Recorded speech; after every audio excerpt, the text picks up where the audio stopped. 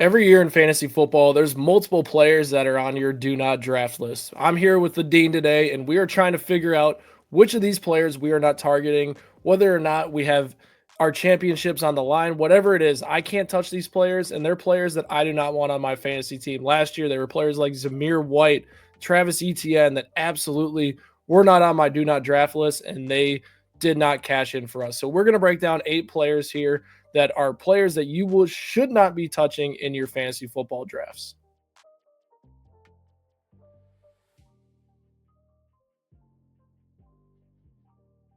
What's going on, everybody? I am Ryan Linkletter, and I'm here with the Dean of Fantasy Football, and we're talking about all those players you do not want to be drafting today here on Blitz Fantasy Football.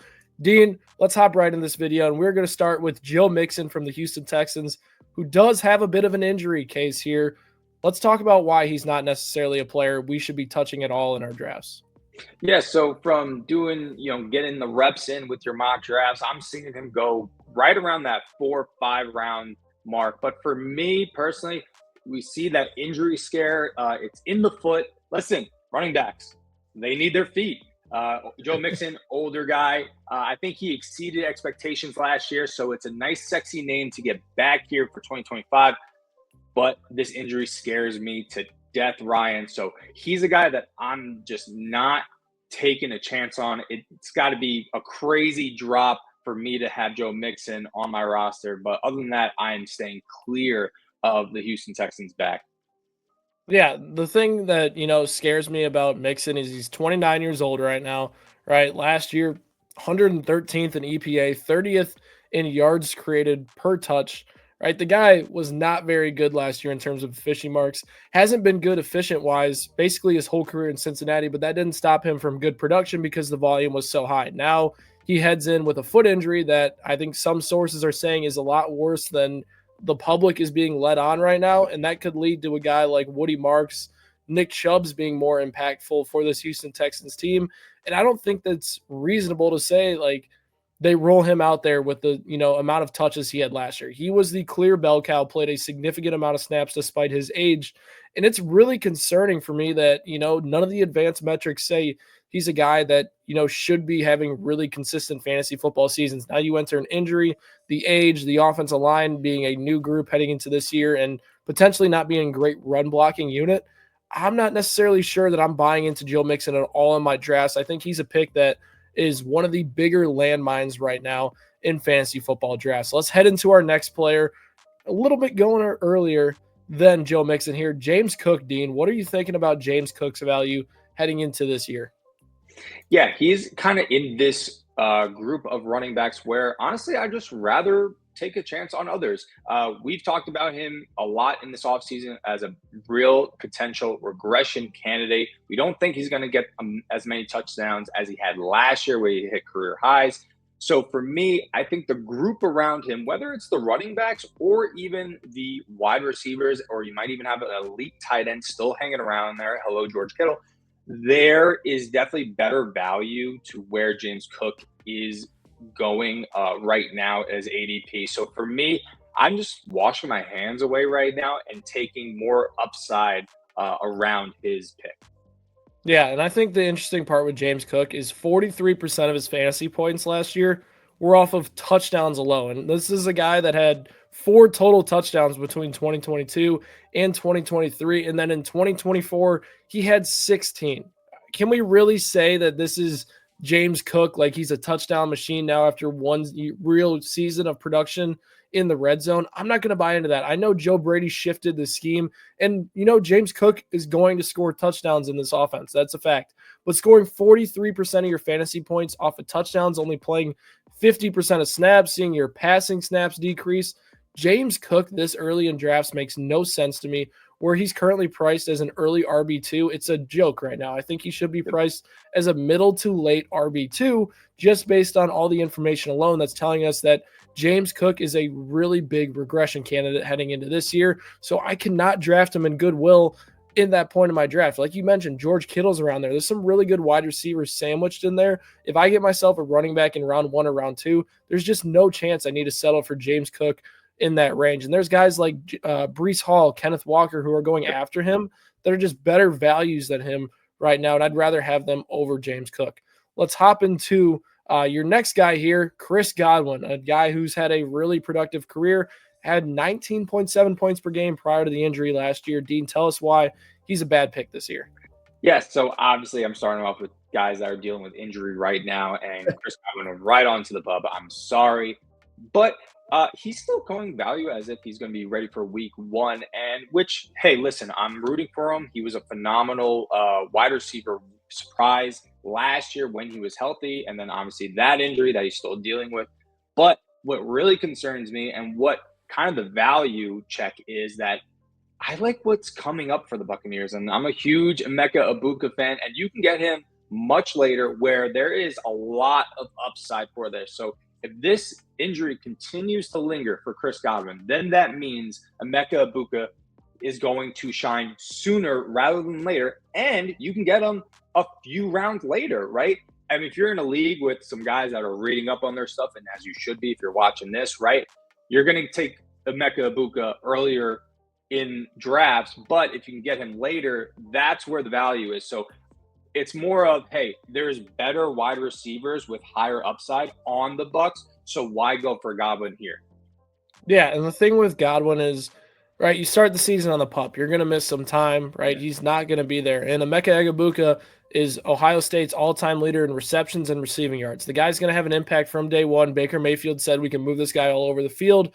He looks like an elite wide receiver already. And that's not a direct quote from myself. That's a direct quote from their team's quarterback. And I think Chris Godwin, even when he returns, is not going to be the same player we saw last season. Last season, his production was unbelievable. He's coming off of another injury, right? It just does not look good for him in his production this year. And it's a crowded wide receiver. I'm sure Chris Godwin has had a lot of successful years in his career. They paid him a ton of money, but there's a reason they went out and drafted Emeka Egbuka where they did. It's because they believe Chris Godwin's health is in concern this year, and it's not something that I necessarily want to buy into, especially considering the fact there's a lot of value to be had at the running back position, the quarterback position, the wide receiver position, right around where Chris Godwin's sandwiched. So it's not like I'm going to say, hey, Chris Godwin's had a lot of production in the past. Let me just pick him and see if he matches that. No, I'm going to go pick younger guys with higher upside and aren't starting the year injured. So that is why I'm out on Chris Godwin. Our next player, DeAndre Swift. Dean, talk about him a little bit. Yeah, so DeAndre Swift, I think, is going to be somewhat polarizing for here because it's really easy to say, hey, new system in Chicago with Ben Johnson. Everything on this offense should click, right? The offensive line got better, all that good stuff. But for Ben Johnson to come over, this isn't a run back he picked, right? This is a guy that he's kind of stuck with. And we've seen Ben Johnson in the past kind of do a dual threat in Detroit with Jahmyr Gibbs and David Montgomery.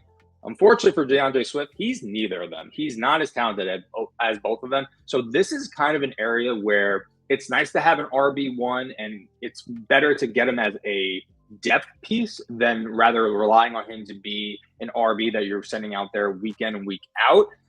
So it might be a scenario here in Chicago where Swift is on his way out, foot out the door, rather than him being the star of the new offensive system. Yeah, and look, we've already seen this story play out before. Everybody's excited about Ben Johnson and DeAndre Swift. We've seen it play out. Swift was pretty mediocre with his time with Ben Johnson. It wasn't flashy by any means. He was an RB2, sure. He couldn't even have 100 carries with old washed-up Jamal Williams on that team because Ben Johnson didn't trust him enough. Sure, he had a ton of passing volume. That was very nice, but this is a different DeAndre Swift. Last year, 121st in EPA, 39th in yards created per touch, 25th in evaded tackles, 22nd in breakaway runs, and 27th in red zone touches. That does not scream Ben Johnson style running back right there at all. Ben Johnson's looking for guys that can be effective in short yardage, which Swift really wasn't. And he also is looking for guys with that explosive playmaking ability out of the backfield, which Swift also does not have. He's going to have to play for the Bears because they have no one else, but that doesn't mean we're forced into drafting him just because he has Ben Johnson as his coach. DeAndre Absolutely. Swift at his current value, right around round 6, round 7, just not good. Just not good. I'm not picking any DeAndre Swift. Go grab his teammate Roschon Johnson at the end of your drafts instead. That's the Bears running back that you should want more than DeAndre Swift right now based on their current values. Dean, the next player here, RJ Harvey, and we're going to disagree on this one, so let's hear your point. Yeah, you know what? This whole J.K. Dobbins signing is scaring me a little bit. We were super hyped about R.J. Harvey when the draft happened.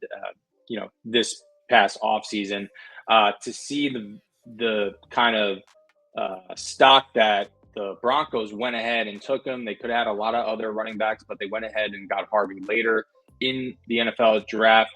But now they have to bring in J.K. Dobbins, who's still 26 years old, nice, young. He had a great season with the Chargers. It scares me, and I think it hasn't really affected yet in ADPs, but people are still trying to get that upside of RJ Harvey, and where he's going around is still kind of like, hey, he's going to be that breakout guy. But for me, I just don't like where he's going right now, as there is a real threat in J.K. Dobbins in the backfield. So, yeah, he's a guy that I'm probably going to avoid and not have the most confidence if he's going to be my RB2. If he's my depth guy and I don't have to rely on him week to week, sure. But I've seen him go pretty early in these mock drafts I've done thus far. Here's the thing with RJ Harvey, right? Your biggest concern right now is the J.K. Dobbins move and it impacting his fantasy value. Mm-hmm. The Broncos last year had the 8th most expected fantasy points from the running back position based on utilization. So, like, I get it. J.K. Dobbins had a really productive year last year for the Chargers. The Broncos offensive line had really good run blocking ratings, opening up holes for the running backs, but the running backs just weren't good. Yeah, J.K. Dobbins is probably going to be a solid contributor for this, Broncos backfield. But what's to say that RJ Harvey, a guy who's coming off a 1,500-yard season, really good production in college where he ranked one of the highest in elusive ratings, can have a role within it just as important as J.K. Dobbins. Dobbins has never operated as a third down back in his career. We saw Javonte Williams, who really wasn't a third down back either, I think he ranked 6th among running backs in targets last year. RJ Harvey will play on third down. He will mix in on early downs when he can, and J.K. Dobbins will still have a role. Like, this is a type of Mark Ingram, Alvin Kamara type situation where you have two viable fantasy football running backs. I think potentially, I don't know how great Dobbins is going to be consistently. We will see. I think he's kind of a value, but I also think that RJ Harvey in round 6, we're pricing him at the end of the RB2s. I think that's a fair price to pay for a guy that could be in a split backfield. We don't know what type of production we're going to see, but I trust the fact that Sean Payton went out and drafted his guy in RJ Harvey in the 2nd round, and he's going to utilize him. All the reports suggest that Sean Payton basically has a man crush on RJ Harvey to this point. So I'm hoping that RJ Harvey can cash in on his low-end RB2 value and really, potentially be a middle tier to higher tier RB2 based on that. Our next guy here, Dean, Isaiah Pacheco for the Chiefs. Why are we avoiding him? Man, you know what stinks? You talked me into him. I was so out on Isaiah Pacheco, but I got it back for Pacheco. But it seems like there's somebody creeping right behind him that's making some headlines at training camp as well with Rashad Smith. But for Pacheco, it kind of seems like no one is really discounting what he did last year as much. I kind of believe in him a little bit. I'm more optimistic. I think we found our kind of disagreement with Harvey and Pacheco here. But yeah. I'd love to hear where you're staying away from your own guy here. So what's the KC intel? Yeah. The intel here is the Chiefs right now have operated with 5 different running backs in the first team in training camp, including, we mentioned Rashard Smith, right? They already have Kareem Hunt in that backfield. Carson Steele has played a little bit. I don't think he's going to have a massive role. But Elijah Mitchell is an interesting name who I think a lot of people are forgetting. He's played a decent amount with the first team in training camp so far. And the biggest thing with Pacheco is he ranked 26th in terms of yards per touch in 2023 when he was an RB2. And he also ranked 27th in evaded tackles that season. That was the year prior to the injury last year, where we know wasn't a good sample size, hard to judge coming off of a major injury, right? So if the efficiency isn't necessarily there for Pacheco in terms of those metrics, he's going to need those 15 to 18 touches per game. I'm not necessarily sure he gets there this year. I think that Kareem Hunt's going to have a role. I think Elijah Mitchell, if he makes the team, will have a role. And Rashard Smith, I think he's going to play a little bit of receiver mixed in with running back, and he could have a really valuable role as well. And Carson Steele is the team's fullback. So you basically have 5 players there that have a realistic chance of playing. I know Pacheco is probably going to be the guy that sees the most touches in this backfield, but I don't know if I can take a risk on that with so many other guys involved in this backfield that it's just a little bit murky for me to kind of figure out which guy that I want to kind of tackle. And if Pacheco's not efficient and he's not getting the volume I need, I just can't buy into him at his current price. With your final player here, Dean, Cooper Kupp, the former fantasy GOAT, why are we avoiding him? Those were the glory days, Ryan, but it's all over. I said it a few months ago. This addition to him to the Seahawks didn't make sense to me. But why I put him on here is because of where he's going. He's going very late, obviously. It's not like he's going as like a flex option or your wide receiver one, right? He's going very late. And what my advice would be is do not try to take Cooper Kupp that you think is going to revitalize his career or be back to what he could do. It's not going to happen. Instead, I think this is an area where you look at your team and you're talking about upside. We want guys that are able to break out, whether they are younger, they're a rookie receiver, maybe a guy that's added to a system that makes sense for them, unlike Cooper Kupp. So for here, that's why I put him on here to where don't mind yourself on Cooper Kupp. Like, let's go for upside on your bench come draft day. Like, that's what we need. That's where those are home run swings that work out for your championship roster. So for me, I'm done with Cooper Kupp. Had great times with him. I'll never forget him, but his time is done. Here, listen, I will put it here. You have two slot primary receivers on your team, and JSN ranked first in slot snaps last year. Clint Kubiak is probably going to impact that a little bit, what those two guys do. And it's difficult, right? Cooper Kupp last year ranked 57th in target separation, 65th in EPA, and then 70th in route win rate versus man. That does not scream I'm a really good receiver at this point in my career anymore. And that's going to cause a lot of volatility. Sure, Cooper Kupp might have that 18-point performance, and you're like, wow, Cooper Kupp's legit this year. He's going to be a really good fit on the Seahawks. And then he's going to come back with a 2-point, a 7-point performance. And it's because the guy really struggles with separation at this point in his career. He's going to have a hard time turning back the clock. I think without Sean McVay, it's also going to be a big downgrade for him in terms of scheming him up open plays. It's really hard to talk people into Cooper Kupp this year, but there's some people that are like, oh, just go get Cooper Kupp. He's had good production in the past, and he started last year strong. Guys, look at the advanced metrics. Nothing is telling us that Cooper Kupp's an elite separator at this point in his career, and his fit within the Seahawks is a good one in terms of fantasy football. Our last player on this list is Deebo Samuel, another fantasy superstar who's at the tail end of his prime. Why is he not going to work out in Washington in fantasy football? Yeah, listen, he's just not going to be the number one guy. I'm a strong believer that the contract situation with Terry McLaurin and the Washington Commanders will work out. He's not your number one option. He's going to be a gadget. But gadgets really don't work with kind of mobile quarterbacks. And that's what you have there in Jaden Daniels, man. And I just don't see this meshing well. He is getting older. He was disappearing. Everyone was trying to find Deebo. Hot popular name for your fantasy teams, but it's to me over. He's down where we're talking about kind of the Cooper Kupps. I just don't see his career being revitalized. It's not. I don't think he's going to get back to that superstardom that you were talking about. Let's take a chance on some other guys with higher ceilings, whether it's a rookie running back or maybe a late round quarterback that you've been waiting on. So for me, I'm not touching him. It seems kind of worthless to have him on my bench anyway. So, yeah, I'm staying far away from Deebo Samuel as well. Deebo Samuel's almost in the same boat as Cooper Kupp. Really struggled with separation and EPA last year, right? Samuel's never been a guy who's a good separator like Kupp has been in the past, right? And last year we saw even in a situation in San Francisco where all of their weapons were hurt and he had to have a bigger role, he still couldn't manage to do that in a Kyle Shanahan offense. Now he heads over to Cliff Kingsbury in Washington, and he's probably going to be playing a lot of slot in that offense. And I don't necessarily know how useful he's going to be consistently. Like you mentioned it, Jaden Daniels is a running first quarterback, and this offense is going to rely on their ground game significantly. The red zone touches for Deebo Samuel in terms of the run game, those days I feel like are gone. He's going to play wide receiver. I don't know how good he still is at this point in his career at wide receiver versus other guys in round 8 with high upside. Like Jordan Mason's a name that comes to mind. If Caleb Johnson, who sometimes sneaks into round 8, like there's a lot of value to be had at that point. And even at receiver, Jacoby Myers is in that mix.